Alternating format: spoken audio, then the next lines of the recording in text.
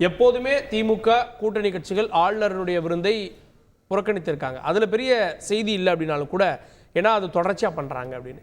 பாஜகவை கடுமையாக விமர்சிக்கக்கூடிய, இன்னும் இந்த ஒரு வருஷம் ரொம்ப தீவிரமாக விமர்சிச்சிருக்கக்கூடிய சூழலில் ஆளுநருடைய விருந்தில் அதிமுக பங்கேற்கிறது. ஆளுநர் வேறு பாஜக வேறுன்னு பிரித்து பார்க்குதா? அதான் நிதர்சனமான உண்மைங்க. அதாவது தமிழ்நாடு அரசியலை பொறுத்தவரை இரு துருவங்களை மையமாக கொண்டதுதான் காலங்காலமா நடந்து வருது காங்கிரஸ் ஆட்சிக்கு பிறகு. அப்போ இங்க அதிமுகவுக்கு கூர்மையான நேர் எதிரான ஒரு இயக்கம் எதிரி திமுக தான். அப்போ அந்த திமுக இருக்கிற போது அதிமுக மாற்றம் கிடைக்குங்க. பெரிய ரெண்டு வியப்போ ஒரு பின்னணியோ ஆட்சியுமோ எதுவுமே கிடையாது. கடந்த கால திமுக உதாரணங்களை திமுக செய்திருக்காங்க. இதுல அதிமுகவுக்கு மற்றவர்கள் எதிரிகள் அதை பத்தி பேசி பெரியவர்கள் ஆக்க வேண்டிய நிலையில அதிமுக இல்லை. ஏன்னா ஒரு பக்கம் பொழுதுபோக்கு அவர் தன்னை இருப்பை காட்டிக் கொள்வதற்கு அதற்கு அதிமுக சின்னால் மட்டும்தான் பொதுவாகவே ஊடகங்கள்ல செய்தி வந்தாக்க அதிமுக பற்றி வந்தாங்க மக்கள் பார்க்கறாங்க நிலையில சில விஷயம். இப்ப இதையெல்லாம் கடந்து சென்று அதிமுகவுடைய வலிமையான தலைவர்கள் மக்கள் மத்தியில பேசுறாங்க, தொண்டர்கள் மத்தியில பேசுறாங்க. இதை வைத்துக் கொண்டதான் நாம் அது மாதிரி முடிவெடுக்க முடியாதுங்க. ஆனால் இந்த தேதி என்பது பொதுவாக ஒரு மரபு ரீதியானது, ஒரு சம்பிரதாய ரீதியானது ஒவ்வொரு ஆண்டுகளும் நடக்கிறது. இதுல ஆளுநர் புறக்கணிப்பு அதிமுக செய்திருக்கிறது, மற்ற கட்சியும் செய்திருக்கிறது. எனவே இதுல கண் காது வைத்து இதை உதாரணப்படுத்த வேண்டிய அவசியம் இல்லை. இதுல பொதுவா தமிழ்நாட்டில் இன்றைக்கு மோசமான சூழ்நிலையை மக்கள் அனுபவிக்கிறாங்க உண்மை. இங்கே குறிப்பாக சிறையில் செந்தில் பாலாஜியுடைய சகோதரர் பாருங்க எவ்வளவு சார் இன்றைக்கு வரையும் கண்டுபிடிக்க முடியாத கையாளாக அரசு திமுக அரசு. அதே மாதிரி சவுக்கு சங்கர் கைது செய்யப்பட்டு அவர் திமுக அரசு செய்தது தவறு என்கிற அளவுல நீதிமன்றமே தீர்ப்பளிக்க பிறகு கூட இதை பற்றி யாருமே பேச தயாராக யாரும் பேசவில்லை.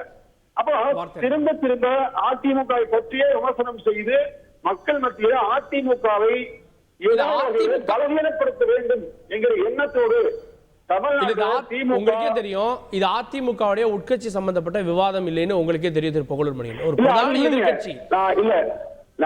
எதிர்கட்சி பங்கேற்கிறது. அதுல பொலிட்டிக்கல் மெசேஜ் என்ன சார்? என்ன சொல்றாங்க சார், உங்களுக்கு தெரியாது இல்ல. அதாவது தொடர்ந்து ஊடகங்கள்ல ஒவ்வொரு நாளும் பாருங்க அதிமுகவை தவிர சப்ஜெக்டே இல்லாம பேசிட்டே வர்றோம்.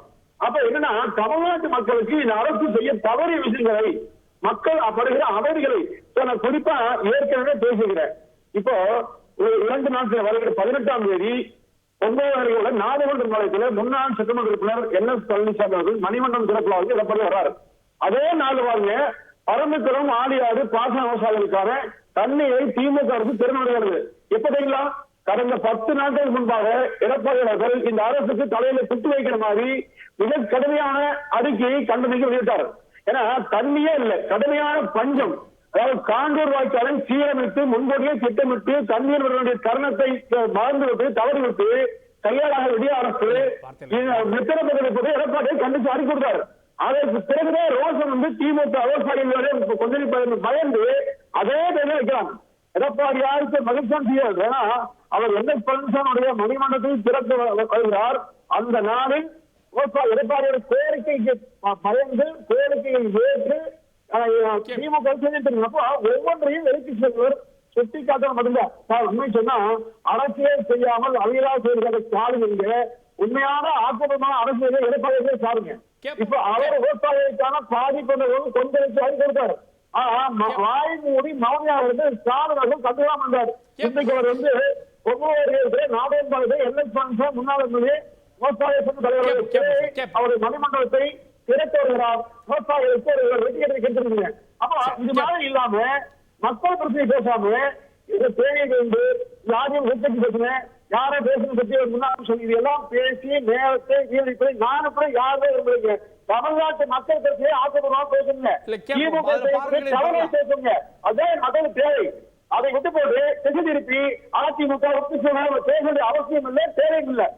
கேட்போம். திரு கோட்டீஸ்வரன் அவர்கள் இணைந்திருக்கிறார், பத்திரிகையாளர். வணக்கம் திரு கோட்டீஸ்வரன். இதுல திமுக புறக்கணிப்புல செய்தி இல்லை, ஏன்னா அது ஏற்கனவே புறக்கணிச்சாங்க, இப்போதும் புறக்கணித்திருக்காங்க அப்படின்னு. அதிமுக கடந்த முறை கலந்து கொண்டது, இந்த முறை கலந்துக்கிறது அப்படின்றப்போ அதுல என்ன புது மெசேஜ்னா பாஜக எதிர்ப்பு கூர்மையாக தீவிரமாக இருக்கிறது. நேற்று செல்லூர்ராஜ் அவர்களுடைய பேச்செல்லாம் கேட்டிருப்பீங்க. பாஜகவோட கூட்டணி அமைச்சு தான் தேர்தலை சந்திக்கிறோன்னா நாங்கள் தூக்கில் கூட தொங்கிடுவோம் அப்படின்லாம் பேசியிருக்கார். இந்த சூழலில் இந்த தேநீர் விருந்தில் கலந்து கொள்வது எப்படி பார்க்குறீங்க? அதாவது அதிமுகவோட பாஜக எதிர்ப்பு இல்லை பாஜகவோட உறவு கூட்டணி இல்லை என்பது அவர்கள் அண்ணாமலை அவர்களை விமர்சனம் செய்கிறதுல தான் அதில் கூர்மையாக இருக்கிறாங்க. எப்பொழுதுமே வந்து பாரத பிரதமர் மோடி அவர்களையோ இல்லை ஐயா அமித்ஷா அவர்களையோ இல்லை மற்ற பாஜக தேசிய தலைவர்களை பற்றி அதிமுக தலைவர்கள் யாராக இருந்தாலும் பெருசாக விமர்சனம் பண்ணுறது கிடையாது. சமீப காலமாக பார்த்திங்கன்னா அந்த விமர்சனம் என்பது குறைந்து கொண்டே போகிறது. அதுவும் 3வது முறை ஆட்சிக்கு வந்ததுக்கு பிறகு அதிமுக பேரளவில் தமிழக பாஜகவை எதிர்க்கிறது. அதுவும் குறிப்பாக சொல்ல வேண்டுமானால் தமிழக பாஜக தலைவர் அண்ணாமலை அவர்களை பற்றி ஒருமையில் பேசுகிறதோ இல்லை வந்து ஒரு விமர்சனம் பண்ணுறதோ இல்லை அவர் ஒரு கருத்து சொன்னால் அதற்கு மாற்று கருத்து சொல்கிறதுன்றதுல அந்த நிலைப்பாட்டில் தெளிவாக இருக்காங்க. நாளைக்கு ஒருவேளை அண்ணாமலை அவர்களே பாஜக தலைவர் இல்லை அப்படின்னு ஆகிப்போச்சுன்னா மற்ற பாஜக தலைவர்களோடு இவர்களுக்கு பிரச்சனை கிடையாது. தமிழிசை சவுந்தரராஜனோட பிரச்சனை கிடையாது, வானதி ஸ்ரீனிவாசனோட பிரச்சனை கிடையாது, நயினார் நாகேந்திரனோட பிரச்சனை கிடையாது. அந்த லிஸ்ட்டில் கவர்னரையும் அவங்க சேர்த்து வச்சுக்கிறாங்க மேலே.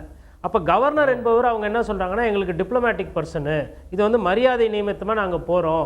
இப்போ நாளைக்கு நடக்கிறது வந்து ஒரு சாதாரண ஒரு நிகழ்வு. அங்கே வந்து கூட்டணி பேச பொருளோ இல்லை வந்து சீட்டை பற்றியோ இல்லை தேர்தல் பற்றியெல்லாம் எதுவும் பேச போகிறதில்ல. போகிறாங்க, டீ கொடுப்பாங்க, கொஞ்சம் பிஸ்கெட் கொடுப்பாங்க, டீ பிஸ்கெட் சாப்பிட்டுட்டு சிரிச்சுட்டு நல்லா இருக்கீங்களான்னு கேட்டு வர போகிறாங்க. அந்த நிகழ்ச்சிக்கு ஒருவேளை அதிமுக போல அப்படின்னா அதிமுகவோட நிலைப்பாடு என்பது இன்னும் தெளிவாக இருந்திருக்கும், அரசியல் ரீதியாக என்ன நிலைப்பாடுன்னு. ஆனால் இவங்க என்ன சொல்கிறாங்கன்னா நாங்கள் வந்து டிப்ளமேட்டிக் வேண்டி, அதாவது கவர்னரோட ஒரு நட்பு இருக்கணும், அது வந்து எதிர்த்து போகக்கூடாது அப்படின்ற மாதிரி போகிறாங்க. அப்போது அதிமுக என்ன பார்க்குதுன்னா லாபம் கணக்கு நஷ்டம் கணக்கு ரெண்டுத்தையும் பார்க்குது. இப்போ கவர்னர் அலுவலகத்துக்கு நாளைக்கு போகலை அப்படின்னா ஐயா ஆளுநர் RN ரவியுமே வந்து அதிமுகவுக்கு எதிரான ஒரு மனநிலையில் மாறுறதுக்கு வாய்ப்பு இருக்கலாம். இல்லை அவர் அடிக்கடி டெல்லிக்கு போய் பிரதமர் அவரையோ இல்லை அமித்ஷாஜியோ அடிக்கடி சந்திக்கக்கூடிய ஒரு ஆளுநர். அப்போ ஆளுநர் போய் எதனா வந்து பேசி கீசி வச்சாரு, நம்ம சரியில்லை, இவங்க வந்து ஏடிஎம்கே நம்ம கையை விட்டு ரொம்ப போகிறாங்க, கூட்டணி இல்லை அப்படின்றது கிட்டத்தட்ட அதை நோக்கி தான் பயணம் பண்ணுறாங்க அப்படின்னு எதனா இன்புட்ஸ் கொடுக்குறாரு இல்லை எதனா சொல்கிறாரு அப்படின்னா கண்டிப்பாக அது அதிமுகவுக்கு சிக்கலை கொடுக்கும். அப்போ அந்த சிக்கலை எதிர்கொள்ள அதிமுக தயாராக இல்லை. இரண்டாவது நீங்க சொல்றப்பவே எடப்பாடி பழனிசாமி அவர்கள் அந்த பர்சன்டேஜ் சொல்றப்பவே இப்பயும் சொல்றேன் 26ல கூட்டணி இல்லை, பாஜகவோட கூட்டணி இல்லை என்று உறுதியா இருக்காருல்ல. ஸோ அவங்க தவிர்க்கணும்னு நினைச்சிருந்தா தவிர்த்து இருக்கலாம். ஆனா இதுல பங்கேற்கிறாங்கல்ல. இல்லைங்க, முரண் அவங்க கிட்ட தானே இருக்கு. அவங்களே கூட்டணி இல்லைன்றாங்க. இப்போ நாளைக்கு நான் என்ன கேட்குறேன்னா, இப்போ ஆளுநர் அலுவலகத்துக்கு ஐயா ஜெயக்குமாரோ இல்லை பெஞ்சமினும் போகிறாங்கன்னு வச்சுக்கோங்களேன். போயிட்டு அதனால் அதிமுகவுக்கு என்ன கிடைக்க போகுது, இல்லை நாட்டு மக்களுக்கு என்ன கிடைக்க போகுது, அதனால் என்ன திட்டம் வரப்போகுது, இல்லை அதனால் எதனா வந்து கையெழுத்து வந்து தாமதமாக இருக்கிற பில்லு எதனா கையெழுத்தாக போகுது, ஒன்றும் கிடையாது. அட்லீஸ்ட் இவங்க போகலன்னா இவங்க திராவிட கட்சி சனாதன கட்சிகளுக்கோ இல்லை பாஜக போன்ற தேசிய கட்சிகளுக்கு எதிரான நிலையில் இருக்கிறாங்கன்ற மாதிரி புரிஞ்சுக்கலாம். இப்போது எவ்வளவு முரண் இருக்குது பாருங்கள். நீட்டை வந்து அதிமுக எதிர்க்குது. திருவள்ளூருக்கு காவி வேஷம் போட்டாவோ இல்லை காவி கலரில் பெயிண்ட் அடித்தா அது அதிமுக வரவேற்கிறது இல்லை. அதிமுகவோடது இருமொழி கொள்கை, சமஸ்கிருதத்துக்கு இடம் இல்லை, தமிழ் ஆங்கிலம் ஒன்று இருக்கணுன்ற மாதிரி. அப்போ ஒரு கட்சிக்கு இதுதான் கொள்கை, நாங்கள் இப்படி தான் ஆட்சி பண்ணுவோம், நாங்கள் இப்படி தான் கட்சி நடத்துவோம்னு சொல்லிட்டு ஆனால் ஆளுநர் வந்து கூப்பிட்டாருன்னா நீங்கள் போகிறீங்க. அங்கே திமுக பார்த்தீங்கன்னா அவங்க என்ன சொல்கிறாங்கன்னா நாங்கள் ஆட்சியில் இருக்கிறோம், ஆட்சியில் இருக்கும்போது போக விட்டால் சட்ட சிக்கல் வந்து அவங்களுமே வந்து கூட இருக்க கூட்டணி கட்சிகளை தான் வந்து நீங்கள் போகாதீங்கன்னு சொல்லிட்டு டிஎம்கே ஒரு வாட்டியும் போயிடுது. அப்போ நான் என்ன பார்க்குறேன்னா இந்த 2 திராவிட கட்சிகளும் ஆளுநர் அலுவலகத்தில் இருந்து வரக்கூடிய அந்த இது இருக்கு இல்லைங்களா, இன்விடேஷன்ஸ் எல்லாம் வந்து டிப்ளமேட்டிக்காக ஹேண்டில் பண்ணுறாங்க. அதாவது இதில் அரசியல் பண்ண வேணாம், ஆளுநரை நம்ம எதிர்த்துக்க வேணாம், தேவையில்லாத பிரச்சனைக்கு நம்ம தள்ளப்பட வேணாம். உதாரணத்துக்கு இப்போ நிறைய வழக்குகள் நிலுவைகள் அந்த மாதிரி பிரச்சனைகள்லாம் இருக்குது. அப்போது பொலிட்டிக்கலி லோடட் இன்டெலிஜென்ட் பர்சனாக தான் ஒரு கவர்னர் இருக்கார். அதாவது தமிழக ஆளுநர் வந்து ஏதோ கையெழுத்து போட்டோம், ஒரு ரிப்பன் பில்டிங் ஒரு ரிப்பன் வெட்டி ஒரு விழாவுக்கு போனோம் அப்படின்ற மாதிரி இல்லாமல் அரசியல் செய்யக்கூடிய தன்மையிலே இருக்கிறார் ஐயா ஆளுநர் ரவி. அதாவது அண்ணாமலை ஒரு பக்கம் அரசியல் பண்ணால் இவர் இன்னொரு பக்கம் அரசியல் பண்ணார். தமிழ்நாட தமிழகன்றாரு, திருவள்ளூர் வந்து சனாதனத்துக்கு பேர் போனவர்ன்ற மாதிரிலாம் பேசுகிறாரு. அப்புறம் இப்போ சமீபத்தில் கூட பார்த்தீங்கன்னா அவங்களோட பேச்சு என்பது வந்து ஸ்டேட் எஜுகேஷன் பாலிசின்றதை விட நேஷனல் எஜுகேஷன் பாலிசி தான் சிறந்தது, நீங்கள் அதை தான் இது பண்ணணும், திராவிட கட்சிகளோட அந்த ஆட்சி காலத்தில் கல்வியில் வந்து பின்தங்கி போயிருக்கு அப்படின்னு சொல்லிட்டு திமுகவையும் அதிமுக ரவி அவர்கள் விமர்சனம் பண்ணுறாரு. ஆனால் இவர்கள் பத்திரிகையாளர்கள் சந்திப்பில் அப்படியே கவர்னர்கிட்ட கோபமாக இருக்கிற மாதிரி காட்டுறாங்க. ஆனால் கவர்னர் அழைப்பு கொடுத்தா நல்லா ஜாலியாக போயிட்டு அங்கே போயிட்டு பங்கு பெறுறாங்க. இப்போ நாளைக்கு போகலை அப்படின்னா ஒன்றும் ஒரு பிரச்சனையும் ஆக போகிறது இல்லை. ஆனால் கவர்னர் அலுவலகத்தை எதிர்த்து கொள்ளவோ இல்லை தேவையில்லாமல் பிரச்சனை பண்ணிக்கிறதுக்கோ இந்த திராவிட கட்சிகள் விரும்பல. இதில் திமுக வந்து வெளிப்படையாக வந்து அவங்களும் அதில் வந்து ஒரு கருத்தை சொல்லலை. ஆனால் நாளைக்கு கலந்துக்கிற மாதிரி தான் சொல்கிறாங்க. ஆனால் அதிமுக பொறுத்தவரை வெளிப்படையாக நாங்கள் போகிறோம்னு சொல்லிட்டாங்க. இன்னொரு ஒரு அட்வான்டேஜ் இருக்கு. திமுக புறக்கணிக்குது. இல்லைங்க, திமுக வேற திமுக ஆட்சி வேற நம்ம பிரிச்சு பார்க்க முடியாது. நான் என்ன சொல்றேன்னா, நீங்க புறக்கணிக்கிறது முடிவாயிடுச்சுன்னா எங்க துணைவேந்தர் போடுறதுல பிரச்சனை இருக்கு, அவர் போட மாட்டேன்றாரு. அதற்கு காரணம் இவங்கன்னு தான் சொல்றாங்க. முந்தா நேத்து எஸ்கே பிரபாகர் அவர்களை வந்து ஒரு கமிஷனுக்கு சேர்மனா போட்டிருக்காங்க. அதே வந்து முன்னாள் டிஜிபி சைலேந்திர பாபு அவரை போட்டப்போ ஆளுநர் தான் போடக்கூடாதுன்னாரு. செந்தில் பாலாஜி அமைச்சராக இருக்கக்கூடாதுன்னு ஆளுநர் தான் சொன்னாரு. பொன்முடி அவர்கள் எப்படி நீங்கள் அமைச்சராக வச்சிருக்கீங்க, ஆளுநர் தான் கேள்வி எழுப்பினார். அப்போ திமுகவுக்கு ஒரு நிலைப்பாடு, திமுக கட்சிக்கு ஒரு நிலைப்பாடுனா எனக்கு புரியல. நான் ஒரே நிலைப்பாடு தான் இந்த திராவிட கட்சிகள் ரெண்டுத்துக்குமே. ஆளுநர் அலுவலகத்தை தேவையில்லாமல் பகச்சிக்க வேண்டாம், நம்ம கொஞ்சம் அமைதியாக போகலாம் அப்படின்னு சொல்லிட்டு திமுக வந்து ஒரு நிலைப்பாடு எடுக்குது.